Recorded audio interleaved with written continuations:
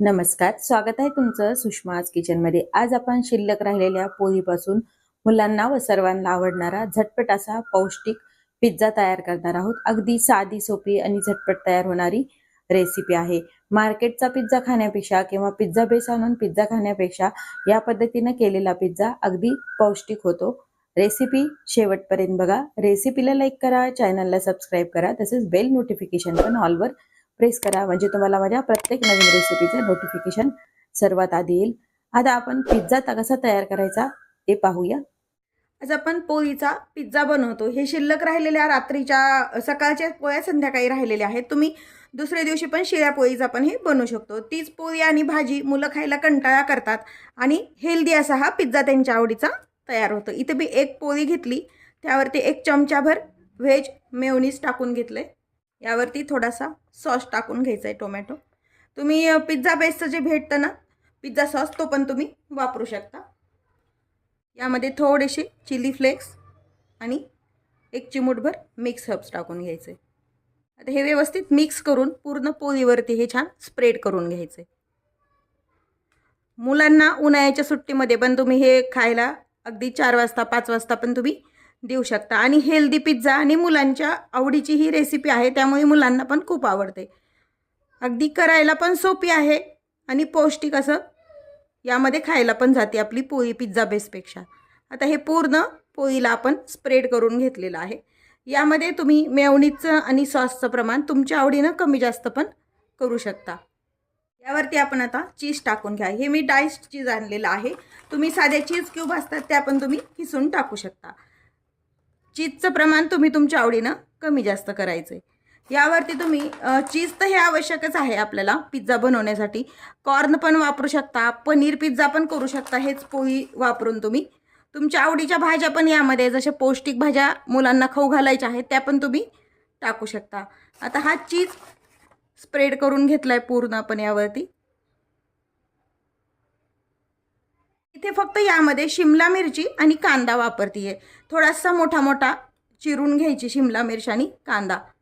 हिरवी मिरची पण तुम्ही वापरू शकता तुमच्या आवडीनं। आधी सांगितल्याप्रमाणे यामध्ये तुमच्या आवडीनं शक्यतो मार्केटला जे वापरतात ते शिमला मिरची आणि कांदाच वापरतात, आणि ते जे त्यांच्या हिरव्या मिरच्या असतात त्या पण वापरतात, पण आपण हे फक्त एवढंच वापरत आहोत।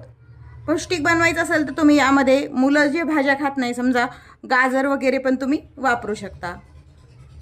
शक्यतो पिझ्झाला ज्या असतात त्याच मी यामध्ये भाज्या वापरतीये। यामध्ये हवे तशा तुम्ही हे असं कांदा आणि शिमला मिर्च ठेवून घ्यायची। भाज्या ठेवल्यानंतर पुन्हा वरतून थोडंसं आपण चीज टाकून घ्यायचंय। यात जे साहित्य वापरलंय त्याचं प्रमाण तुम्ही कमी जास्त करू शकता। थोडेसे मिक्स हर्ब्स टाकून घ्यायचे आणि चिली फ्लेक्स।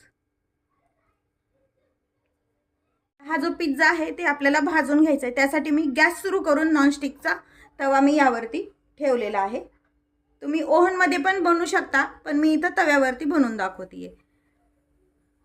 गॅस मात्र कमीच आहे तवा तापवताना पण, आणि आता पण गॅस अगदी लोच ठेवायचा आणि यावरती एक झाकण टाकून घ्यायचंय।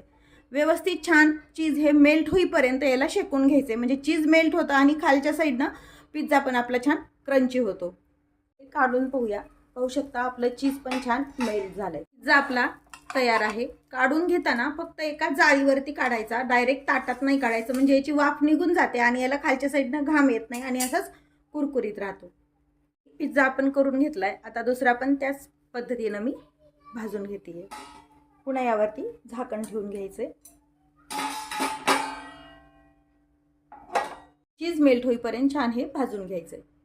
आता हा जो पिझ्झा आपण तयार करून घेतलाय याची वाफ गेलेली आहे पूर्ण। इथे मी चॉपिंग बोर्डवरती पिझ्झा कटरनं हा पिझ्झा आपण कट करून घ्यायचा आहे। छोटे किंवा 4 भागामध्ये तुम्ही याला कट करू शकता। अगदी छान असा हा पिझ्झा तयार होतोय, पाहू शकता तुम्ही। क्रंची आणि मस्त चीजी आणि खायला पण मुलांसाठी पौष्टिक